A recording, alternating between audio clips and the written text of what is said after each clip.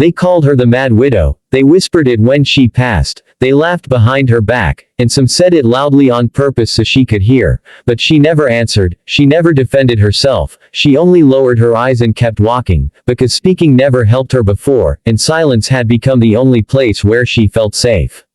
She lived at the edge of the village, beyond the last streetlight, beyond the last friendly face, in a small wooden house that leaned slightly to one side, as if even the house was tired of standing up for her.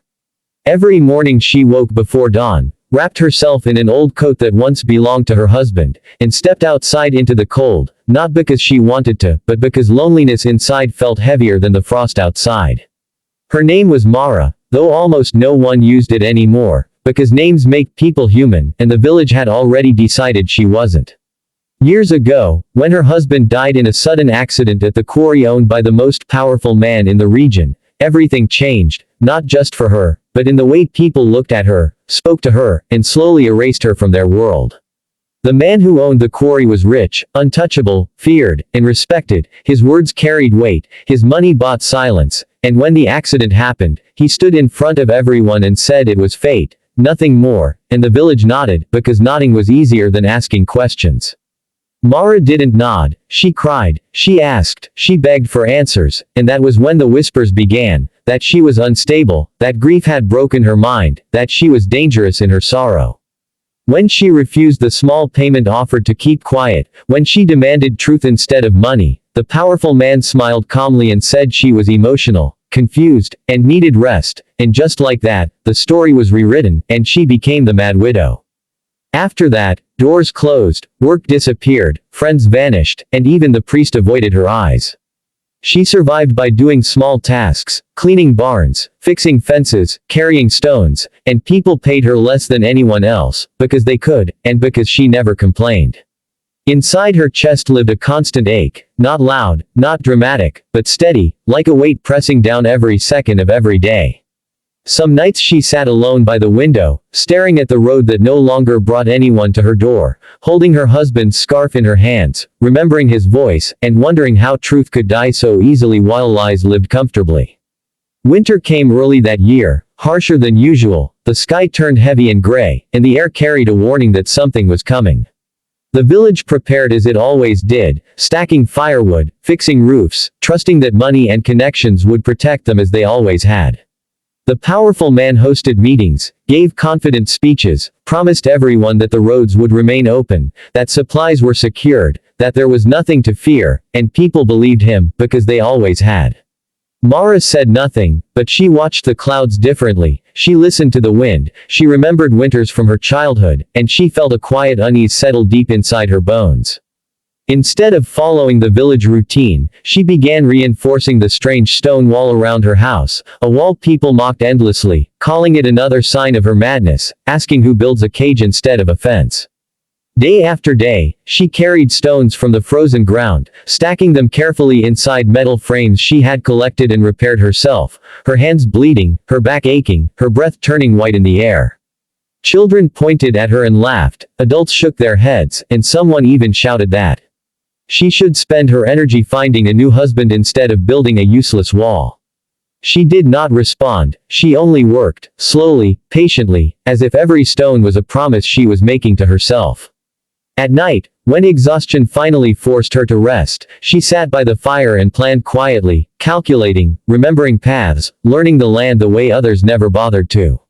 She was not mad, she was preparing, but preparation looks strange to those who live comfortably. As the days passed, snow began to fall, softly at first, almost beautifully, and the village relaxed, smiling at the white rooftops, children playing, bells ringing. But Mara felt the shift, the deeper cold, the silence underneath the beauty, and when the snowfall thickened, when the wind rose, when the sky disappeared completely, she closed her door, checked her supplies, and waited. The storm did not arrive suddenly, it crept in, hour by hour, layer by layer, until the roads vanished, the power lines snapped, and the village found itself cut off, isolated, and unprepared. Panic spread quickly, faster than the snow itself, because confidence collapses easily when warmth disappears. The powerful man tried to take control, shouting orders, demanding roads be cleared, promising help that could not arrive, and for the first time, his voice did not sound certain. As night fell and the snowstorm reached its full force, the village realized something terrifying. They had trusted the wrong things, and ignored the one person who had been quietly preparing all along. The storm did not slow down. It grew heavier, louder, more merciless with every passing hour, and by morning the village no longer looked like a place people lived. It looked buried, suffocated, erased under walls of snow and wind. Doors would not open, chimneys froze, fires died, and the cold crept into homes like an uninvited guest that refused to leave. People wrapped themselves in blankets and waited for help that never came, because the roads were gone, the signals were dead, and the promises they had trusted were now just empty words echoing in freezing rooms. The powerful man moved through the village shouting orders that no one could follow, demanding solutions that no longer existed, and for the first time his money meant nothing, because you cannot buy warmth when the storm decides otherwise. Children cried quietly to save energy, elders stared at walls remembering winters long past, and fear settled into every corner, thick and heavy. Somewhere at the edge of the village, behind her strange stone wall, Mara was awake, listening, counting the hours by the sound of the wind, her small house warm enough to breathe in, steady enough to endure. She had rationed her food, protected her fire, sealed every gap, and waited not with panic, but with patience, because patience had been forced into her life long before the snow ever arrived. She did not feel joy, not yet, only a quiet resolve, because survival was not revenge, it was responsibility. When she heard the first knock, faint and uncertain, she did not rush to the door. She listened first, because years of injustice had taught her that desperation can wear many faces. The knock came again, followed by a trembling voice asking for help, and when she opened the door, the cold rushed in like a living thing, along with a man she barely recognized, one of those who had laughed the loudest when she built her wall. His lips were blue, his eyes wide, his pride completely gone. She said nothing, she only stepped aside, and he fell inside, sobbing with relief. Word spread slowly at first, whispered through frozen houses, that the mad widow's home was standing, that there was warmth, that there was food, and soon footsteps began crunching through the snow. Toward her door, hesitant, ashamed, afraid. Mara worked without rest, melting snow, sharing bread, guiding people one by one, not with lectures, not with anger, but with calm efficiency that surprised everyone who had ever doubted her. She organized shelter, taught them how to seal windows, how to breathe through the cold, how to move without wasting strength, and they listened, because now they had no choice. The powerful man arrived last, wrapped in expensive coats that could not hide his fear, demanding entry as if authority still lived in his voice. Mara looked at him for a long moment, her hands raw, her face tired, her eyes steady, and for the first time he could not look away. She let him in, not because he deserved it, but because she refused to become what they had accused her of being. Inside, surrounded by villagers who now depended on her, the roles had shifted quietly, naturally, without ceremony. She did not announce it, she did not enjoy it, but justice had begun its slow movement, not loud, not dramatic, but undeniable, like the snow itself. And as the storm continued to rage outside, something else was happening inside the village, something far more powerful than fear. People were finally seeing her, not as a story they had been told, but as the woman who had endured, prepared, and stood when everyone else had fallen. The third day of the storm arrived without sunrise, only a dim gray light that made time feel meaningless, and exhaustion settled over the village like another layer of snow. People moved slower now, speaking less, conserving warmth and strength, and in that quiet, something began to change. They no longer asked the powerful man what to do, they looked to Mara instead, waiting for her nod, her small gestures, her calm instructions spoken in a low voice that never wasted words. She divided tasks gently, never commanding, only suggesting, and somehow everyone followed, because her care felt different, it felt real. Children clung to her coat, elders whispered thanks she pretended not to hear, and each small act of trust stitched something broken inside her back together, slowly, carefully.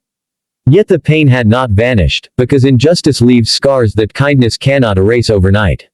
When the powerful man finally spoke to her alone, his voice dropped, his confidence stripped away by cold and dependence. He said things that sounded like apologies but were shaped to protect himself.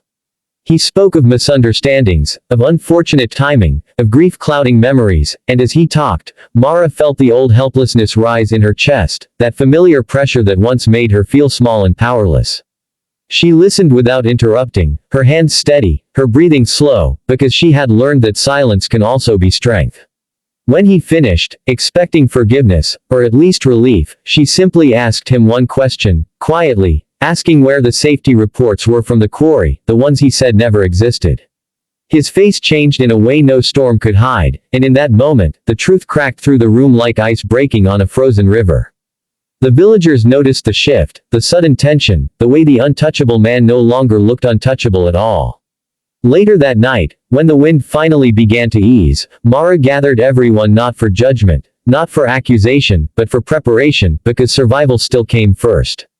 She spoke about what would happen when the snow cleared, about rebuilding, about accountability, about remembering this moment when power failed and quiet preparation saved them all.